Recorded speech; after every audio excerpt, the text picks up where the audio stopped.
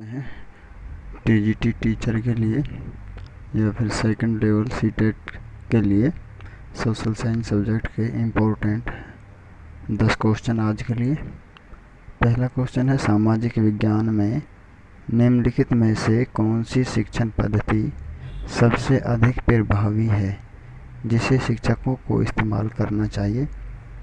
तो यहाँ पर क्वेश्चन में ये बताना है कि सामाजिक विज्ञान को पढ़ाने के लिए कौन सी विधि सबसे अधिक शक्तिशाली है या फिर सबसे अधिक प्रभावी है। पहला ऑप्शन है, बार बार परीक्षा देने से यह सुनिश्चित करना कि शिक्षार्थी विषय वस्तु को सीख गए हैं।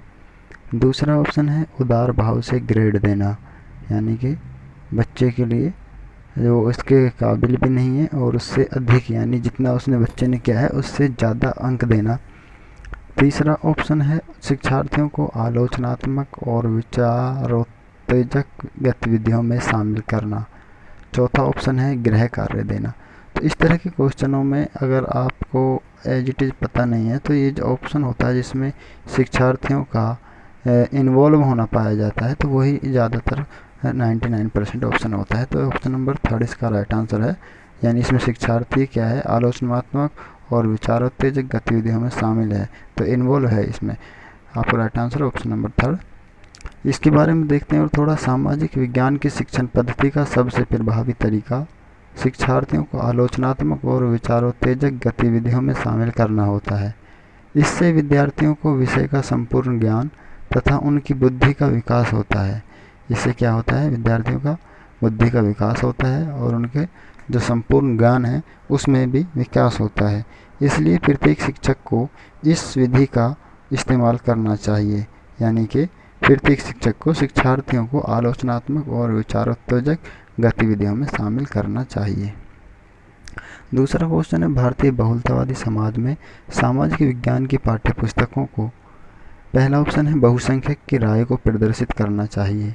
नहीं, बल्कि पाठ्यपुस्तक में सभी के लिए समान होनी चाहिए। दूसरा ऑप्शन है, सरकार के विचारों को प्रदर्शित करना चाहिए। तीसरा ऑप्शन है, विवादास्पद मुद्दों से बचना चाहिए। चौथा ऑप्शन है, सभी धर्मों और सामाजिक समूहों को शामिल करना और उनका प्रतिनिधित्व करना चाहिए। आपका राइट आंसर होगा ऑप्शन नंबर 4, यानी कि सभी धर्मों को और सभी सामाजिक समूहों को क्या है कि सामाजिक विज्ञान की पाठ्यपुस्तक में शामिल करना चाहिए और पाठ्यपुस्तक ऐसी होनी चाहिए जो इन मुद्दों का प्रतिनिधित्व करती हो। इसके बारे में थोड़ा देखते हैं। भारतीय समाज एक बहुलतावादी समाज है। यहाँ विभिन्न धर्मों एवं समुदायों के लोग रहते हैं। इसलिए सामाजिक विज्ञान की पाठ्यपुस्तकों में सभी धर्मों और सामाजिक समूहों को शामिल करना चाहिए और शिक्षक को उनका प्रतिनिधित्व करना चाहिए। तीसरा क्वेश्चन है, समता के विषय में पढ़ाने के लिए निम्नलिखित में से सर्वाधिक उपयुक्त पद्धति कौन सी है। तो यहाँ पर समता के विषय में पढ़ाया जा रहा है। पिछला जो क्वेश्चन आया था उसमें पूछा था कि सबसे उपयुक्त पद्धति कौन सी है सामाजिक विज्ञान की पाठ्यपुस्तक को। पहला ही क्वेश्चन है ये, जो फिर सबसे प्रभावी तरीके से शिक्षक को इस्तेमाल करनी चाहिए। तो अगला इस क्वेश्चन है, इसमें पूछा है कि समता के विषय में पढ़ाने की सबसे उपयुक्त पद्धति कौन सी है। पहला ऑप्शन है व्याख्यान देना, दूसरा ऑप्शन है परियोजना देना, तीसरा ऑप्शन है गरीबी और पूंजीवाद के विचारों से संबंधित क्षेत्र कार्य देना, चौथा ऑप्शन है समता को बढ़ावा देने के लिए संवैधानिक प्रावधानों को भरना। आपका राइट आंसर है ऑप्शन नंबर 3, यानी गरीबी और पूंजीवाद के विचारों से संबंधित क्षेत्र कार्य देना, यानी जो गरीबी और पूंजीवाद के जो विचार क्षेत्र है उससे संबंधित कार्य यहाँ पर बच्चों के लिए देना। ये समता के विषय में पढ़ाने की सबसे उपयुक्त विधि है। देखते हैं इसके बारे में। समता यानी इक्विटी के बारे में पढ़ाने की सबसे उपयुक्त पद्धति ये होगी कि विद्यार्थियों को गरीबी और पूंजीवाद के विचारों से संबंधित प्रोजेक्ट कार्य दे जाएं। इससे विद्यार्थी सामाजिक समानताओं एवं असमानताओं के विषय में ज्ञान प्राप्त कर सकेगा।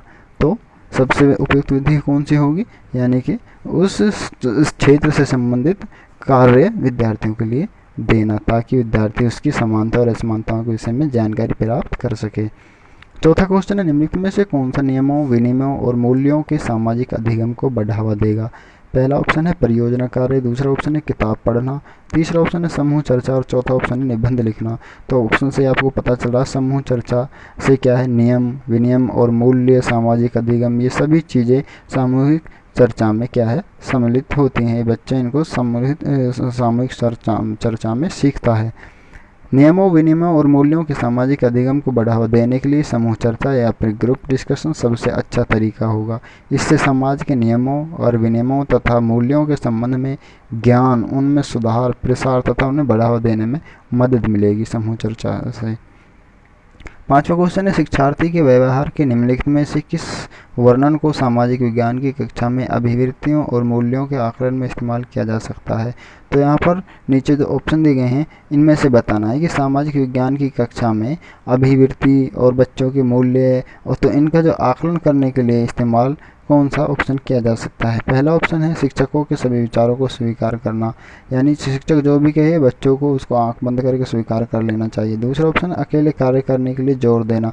दूसरे ऑप्शन में क्या बताया गया है कि विद्यार्थी खुद अपने आप से कार्य करने पर अधिक जोर दे, या फिर टीचर किसी विद्यार्थी को खुद से कार्य करने के लिए अधिक से अधिक कहे। तीसरा ऑप्शन है प्रश्न पूछने के लिए स्वतंत्र अनुभूत करना। चौथा ऑप्शन है शैक्षणिक कार्यों में अच्छे ग्रेड प्राप्त करना। तो आपका राइट आंसर होगा प्रश्न पूछने के लिए स्वतंत्र अनुभूत करना, यानी अपने आप को स्वतंत्र महसूस करना। शिक्षार्थी का प्रश्न पूछने के लिए अपने आप को स्वतंत्र महसूस करना। तो शिक्षार्थी के व्यवहार के यहाँ पर जो वर्णन को सामाजिक विज्ञान कक्षा में अभिवृत्ति मूल्यों का आकलन में इस्तेमाल किया जा सकता है, तो वो वर्णन कौन सा है, वो ये है कि शिक्षार्थी को स्वतंत्रता हो प्रश्न पूछने की। देखते हैं इसके बारे में थोड़ा और। शिक्षार्थी की अभिवृत्तियों मूल्यों के आकलन हेतु तो कक्षा में शिक्षार्थियों को प्रश्न पूछने के लिए स्वतंत्रता प्रदान करनी चाहिए। इससे क्या होगा कि शिक्षार्थी के प्रश्न पूछने के तरीके तथा प्रश्नों की प्रकृति के आधार पर उसके व्यवहार तथा अभिवृत्तियों का सही सही मूल्यांकन किया जा सकेगा। जब बच्चा प्रश्न पूछेगा तो उसके प्रश्न पूछने का तरीका, किस तरीके से वो प्रश्न पूछता है, और उसके प्रकृति का आधार, यानी उसका आधार क्या है प्रश्न पूछने का, और उसका फिर बच्चे का व्यवहार, ये सारी चीज़ें और अभिवृत्ति, ये सारी इन चीज़ों का मूल्यांकन किया जा सकता है। छठा क्वेश्चन है सामाजिक विज्ञान कक्षा में निदानात्मक और उपचारात्मक शिक्षण में शामिल होंगे। तो पहला ऑप्शन है शिक्षार्थी की कठिनाई विशेष की पहचान करना। तो निदानात्मक और उपचारात्मक है, तो ये बिल्कुल आपका राइट आंसर है। इसमें क्या होता है, सबसे पहले निदान किया जाता है, फिर उपचारात्मक, ये दोनों कार्य जो कठिनाई होती है जहाँ पर बच्चे को उस लेवल की कठिनाई का पता लगा करके उसका निदान करना, ये दोनों ही क्रियाएँ की जाती हैं इसमें। तो दूसरा ऑप्शन है पढ़ने के लिए बहुत अधिक सामग्री उपलब्ध कराना। तीसरा ऑप्शन है चर्चा के लिए अनेक अवसर उपलब्ध कराना। चौथा ऑप्शन है शिक्षार्थियों की त्रुटियों में तुरंत सुधार करना। तो राइट आंसर है यानी कि फर्स्ट ऑप्शन। ये निदानात्मक और उपचारात्मक जो दो शब्द हैं ये कठिनाई विशेष से जुड़े हुए शब्द हैं। देखते हैं इसके बारे में। निदानात्मक एवं उपचारात्मक शिक्षण के अंतर्गत शिक्षार्थी की कठिनाई विशेष की पहचान की जाती है, जिससे शिक्षार्थी की कठिनाइयों का निदान किया जाता है। तो ये दोनों ही शब्द क्या है, ये कठिनाई, शिक्षार्थी की कठिनाई विशेष से जुड़े हुए शब्द हैं।